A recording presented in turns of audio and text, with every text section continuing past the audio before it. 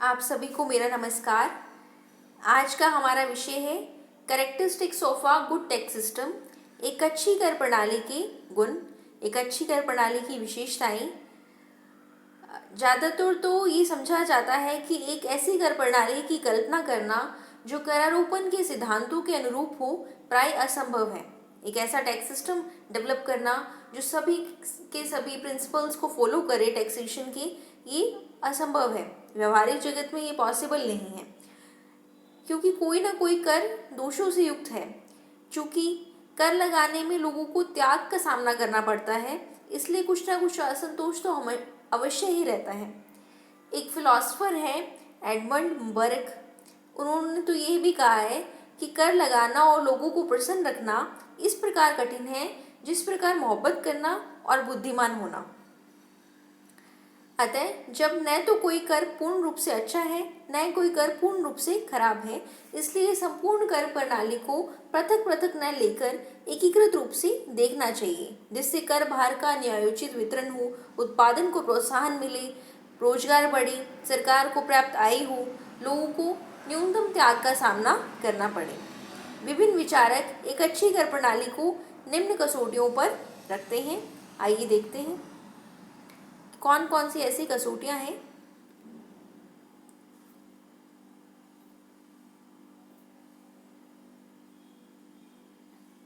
पहला है करारोपण के सिद्धांतों की पूर्ति। करारोपण के सिद्धांतों की पूर्ति। एक आदर्श कर प्रणाली में करारोपण के विभिन्न सिद्धांतों की पूर्ति यथासंभव अधिक से अधिक होनी चाहिए। एक आइडियल टैक्स सिस्टम में कहा जाता है कि टैक्सेशन के जितने भी प्रिंसिपल्स हैं उनकी यथासंभव पूर्ति होनी चाहिए, मैक्सिमम टू मैक्सिमम पूर्ति होनी चाहिए।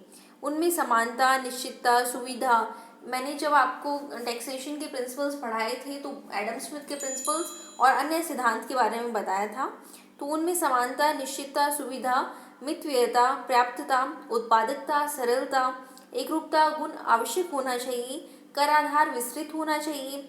प्रशासनिक दृष्टि से भी कर प्रणाली सरल, मितव्ययतापूर्ण और भ्रष्टाचार की संभावनाओं से यथासंभव दूर हो। यदि हम एडमिनिस्ट्रेटिव पॉइंट ऑफ व्यू से भी देखें तो टैक्सेशन सिस्टम ऐसा होना चाहिए कि सिंपल हो, मितव्ययतापूर्ण हो, करप्शन फ्री हो और उनमें समन्वय हो सके। तो ये पहली कंडीशन थी कि करारोपण के सिद्धांतों की पूर्ति होनी चाहिए। प्रिंसिपल्स ऑफ टैक्सेशन मैं आपको पहले पढ़ा चुकी हूँ। हमने मेथड्स ऑफ टैक्सेशन भी देखे हैं कि कैसा हो सकता है, प्रोग्रेसिव, रिग्रेसिव। आज हम देख रहे हैं कि characteristics of a good tax system. आपके सिलेबस में ये टॉपिक अलग से मेंशन है, तो इसलिए हमने अलग से इस पर एक लेक्चर बनाया है। सेकेंड वन इज न्याय उचित वितरण। न्याय उचित वितरण यानी न्यायोचित वितरण। एक अच्छी प्रणाली वह है जिसमें करों का वितरण इस प्रकार हो कि देश का प्रत्येक नागरिक यथासंभव अपनी आर्थिक क्षमता अनुसार कर चुकाए।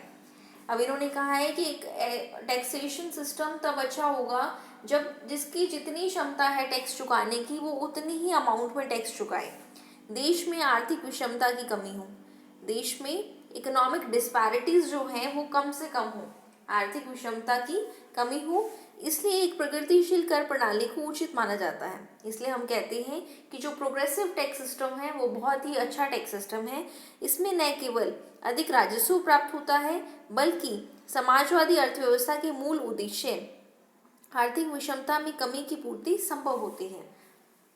जो प्रोग्रेसिव टैक्स सिस्टम है उसको बहुत ही अच्छा माना जाता है, क्योंकि इससे हमें ज़्यादा से ज़्यादा तो रेवेन्यू मिलता है और समाजवादी अर्थव्यवस्था का जो मूल उद्देश्य है इकोनॉमिक डिस्पैरिटीज का कम होना वो भी हमें प्राप्त होता है। इसे कहते हैं न्याय उचित वितरण।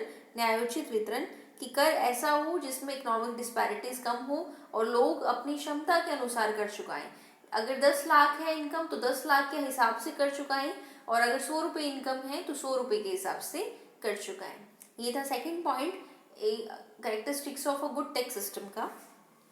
नेक्स्ट हम चलते हैं करों में विविधता। करों में विविधता, करों की समान वितरण तथा सार्वजनिक क्षेत्र के बढ़ते हुए व्यय को देखते हुए एक अच्छी कर प्रणाली वह है जिसमें अनेक प्रकार के कर हों, बहुत सारे कर हों और उनका संग्रह मितव्ययतापूर्ण हो। और उनका संग्रह जो है वो इकोनॉमिकल हो। हालांकि जो अब बहुत सारे कर थे उसको मिलाकर एक ही टैक्स सिस्टम बना दिया है, GST, goods and service tax, लेकिन उसमें इंक्लूड बहुत सारे टैक्सेस हैं। तो एक अच्छी कर प्रणाली वो है जिसमें बहुत सारे टैक्सेस हो और ऐसे ना हो कि जो है वो इनकम में कमी रह जाए, गवर्नमेंट के रेवेन्यू में कहीं ना कहीं कमी रह जाए। तो ज़्यादा से ज़्यादा टैक्सेस होने चाहिए जिससे प्राप्त आय भी मिले, और ये जो टैक्सेस हैं इनका संग्रह जो है वो मितव्ययतापूर्ण होना चाहिए। नेक्स्ट की ओर चलते हैं हम। नेक्स्ट है प्रत्यक्ष तथा अप्रत्यक्ष करों में समन्वय। प्रत्यक्ष तथा अप्रत्यक्ष करों में समन्वय। प्रत्यक्ष कर उनका अधिकांश भार धनिकों तथा परोक्ष करों का अधिकांश भार निर्धनों पर पड़ता है। जो डायरेक्ट टैक्सेस हैं वो तो इनकम बेस्ड हैं, जिसकी इनकम ज़्यादा होगी उतना ही टैक्स लगेगा, या फिर जो भी डायरेक्ट टैक्स के अंडर आते हैं वो डायरेक्टली जो है वो इनकम से रिलेटेड ही होते हैं। जैसा वेल्थ टैक्स है, इनकम टैक्स है, और ये जो इन कंपनी पर टैक्सेस लगते हैं, ये सब डायरेक्ट टैक्सेस के पार्ट्स हैं। इनडायरेक्ट टैक्सेस में सेल्स टैक्स है, एक्साइज ड्यूटी है, इसकी जो इसका भार है ये निर्धनों पर भी पड़ता है। अगर हम कोई सामान खरीदने चाहें, चाहे एक धनिक वर्ग खरीदने चाहे एक निर्धन वर्ग खरीदने चाहे, तो उसको सेल्स टैक्स उतना ही चुकाना पड़ेगा। तो ये है कि जो परोक्ष कर है उसका भार जो है वो निर्धनों पर अधिक पड़ता है। अतः प्रत्यक्ष और अप्रत्यक्ष करों में इस प्रकार समन्वय बिठाना चाहिए जिससे सामाजिक कुल त्याग न्यूनतम हो। जो डायरेक्ट और इनडायरेक्ट टैक्सेस हैं उसमें समन्वय इस तरह से बिठाना चाहिए कि जो सामाजिक कुल त्याग है वो क्या हो, न्यूनतम हो, उत्पादन पर बुरा प्रभाव न पड़े, जो प्रोडक्शन है उस पर बुरा प्रभाव न पड़े, आर्थिक विषमताओं में कमी करना संभव हो, जो इकोनॉमिक डिस्पैरिटीज हैं उनमें कमी करना संभव हो, अनावश्यक उपभोग को रोका जा सके, जितना भी अनावश्यक उपभोग हो रहा है उसको रोका जा सके। तो ये किसका है, प्रत्यक्ष और अप्रत्यक्ष करों में समन्वय।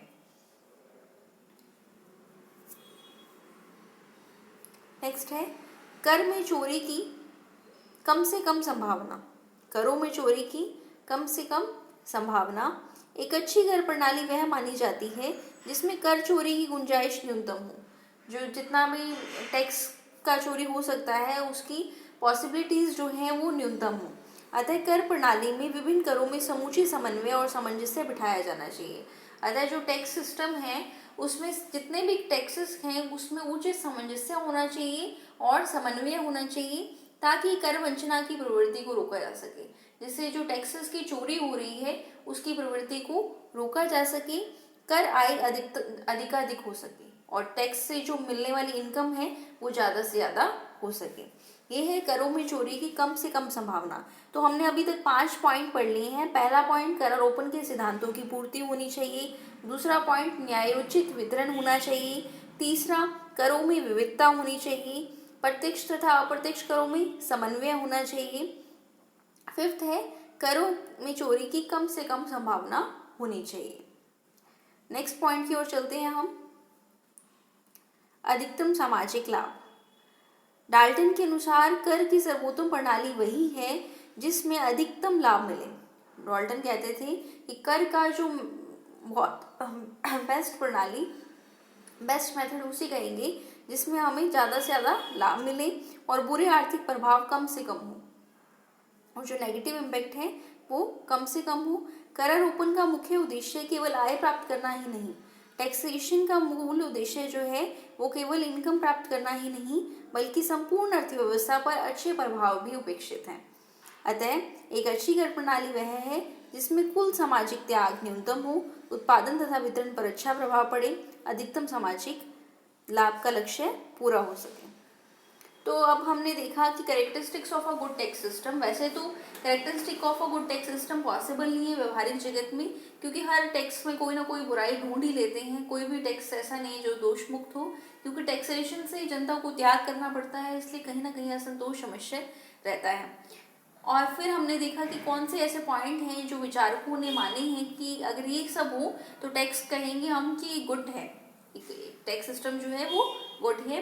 तो पहला उन्होंने कहा कि प्रिंसिपल्स ऑफ टैक्सेशन ज़्यादा से ज़्यादा पूरी भी सुविधा मिले, मितव्ययता हो और सरलता हो, एकरूपता हो, समानता हो, निश्चितता हो, ये सब होने चाहिए गुण किसमें, टैक्सेशन में।